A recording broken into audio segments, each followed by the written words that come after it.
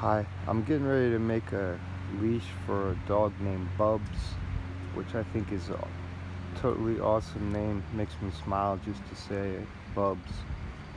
And I wanted to take the chance to show you guys the final results, like what they actually are in relation to like what it takes to create them. So the first step is to get a good quality leather hide and then cut a strap off it. I make them a little bit over a ½ inch, and this is a good size for being able to, manipulate it in your hands and also have strength.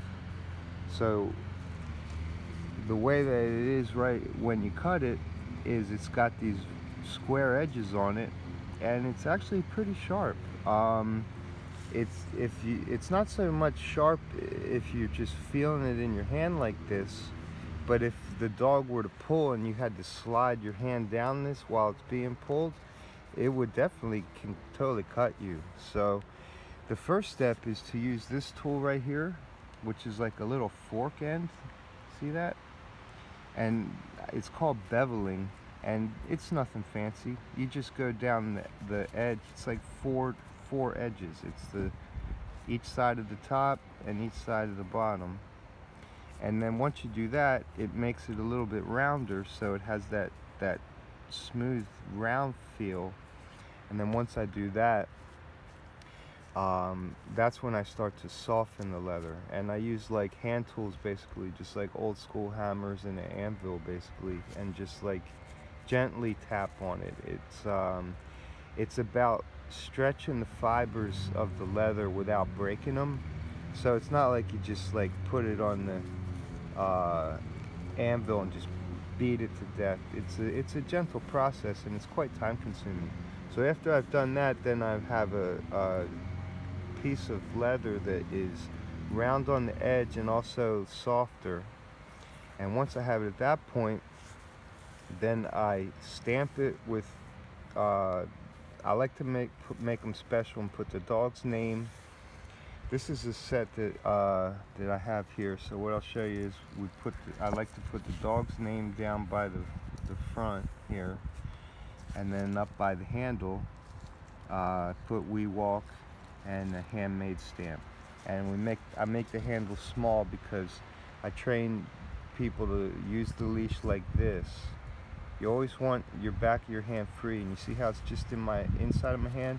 And when you're used to handling the leash like that, you basically can create a handle anywhere along the leash. It gives you so much control, and it's kind of dangerous to put your whole hand in the leash. That's why I make them this size, to discourage people from wanting to do that, because it's not a good idea. These are the martingale collars I make. Now when you get a training package, you get a free leash, and I have less fancy martingales that I include for free as well. However, these ones just take so much time and energy to make that these are always a ticket item. So what I do is I put the dog's name on there, and then if the client prefers, I put the phone number. I put masking tape on here to hide the phone number, but you can see the phone number stretches, and I have that centered. And then I put OuiWalk, and then on the top part there's paws. So what these are basically is it enables you, when you're taking your dog out into a place where they might get nervous or try and run away from you, it enables them not to be able to slip out of the leash, because if they pull on the leash, it'll make the collar a little tighter. But it's not like a choke chain or anything where it's going to like choke them out and they'll be sitting there not being able to breathe. It just cinches down enough that it can't get over their head again. And I make the lining nice and soft, so it's very comfortable for the dog. It has this like squish feeling around it, and it's nice and wide, so it distributes the pressure evenly. And these are just amazing, and they take quite a bit of time to make, but they're lifelong. you can feel this in your hand. You can just feel it. It's really a special thing. And so we have the leash and the collar package. So once I've done stamping the dog's name on it and everything, then I'll dye it, which is kind of messy. It's not the most graceful thing, but I get the dye in, and then it absorbs more into the back. It's the same dye, but it looks much darker on the back, see? Because of the way that it's more fibrous, and it absorbs in a lot more on the back, and the top maintains the sheen. And what you're seeing here with these striations are the result of conditioning it. You see how this can bend like flat, whereas this one, if I try and bend it, you can still bend it, but I'm already getting a considerable amount of resistance at this point. And then when I take it down further, I can still do it, but it's really squeezing, like really squeezing. Whereas this one is just like springy. And when you're walking with a long line like this, there's a whole other video series we have about how to work with these specifically and why they're so amazing, and why they give you, it's such a beautiful benefit of so much freedom for your dog while you retain so much control and communication with your dog. These are amazing. Think of this as like your telephone, your email, like every communication that you're going to want to achieve with your dog when you're in the training process is going to begin and end with the leash. You don't need anything else than a leash and a good collar, and a calm energy to communicate with your dog and help them through any situation. So when you're working with a long leash like this, well, there's a lot of times when you're going to want to have your dog up close, and you want to cinch it up in your hand pretty quickly. So like when you try and wrap up something like this that hasn't been worked with, you can totally do it. I mean, there you go, it's right there, but it's got that spring-loaded feel to it. You see how it doesn't want to do it, you know, and it's not really comfortable. But with these leashes, I mean, they're just good to go. Like these things, I can't show you on the video how cool that feels. It's just anywhere on the leash you can just make an instant handle. When you want to bring it up and walk them real short, I mean, it's so easy. And then if you just get to the dog park, fold this thing in half a couple times, and you just stuff it right in your pocket, and it's like, it's just so supple, and it just feels so awesome. And then the reason why the top has this nice mahogany color to it is because once I have it dyed, then I kind of polish it, not with any chemicals, but just with like pressure of a nice cotton cloth, and I use some water to get it, to get it nice and smooth, and get a really nice feel to it. So these aren't the best leashes for like rain. I mean, I'm up here in Oregon, so like these really aren't super great if you're going to walk your dog through like consistent downpours. And if you do get them wet, it's pretty important that you air them out, hang it over the shower curtain rod, and let it kind of breathe. You don't want to put a lot of heat on it or anything. But that is a drawback of leather. You are not like scuba diving leashes or like take your dog to the lake leashes.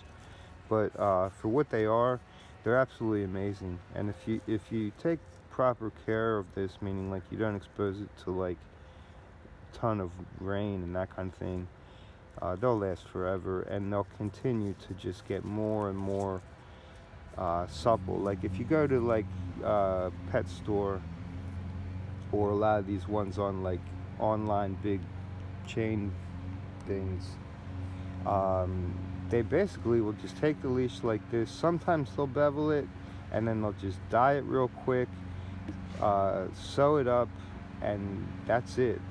So like you might have a leash with round edges, but it's going to take, just from normal regular use, it'll take a considerable amount of time to get to the point where you'll start to feel like, see, these are like a old worn in pair of jeans, or your favorite shirt, hoodie, sweatshirt that you've had since high school that you don't want to throw out because it just fits you perfect.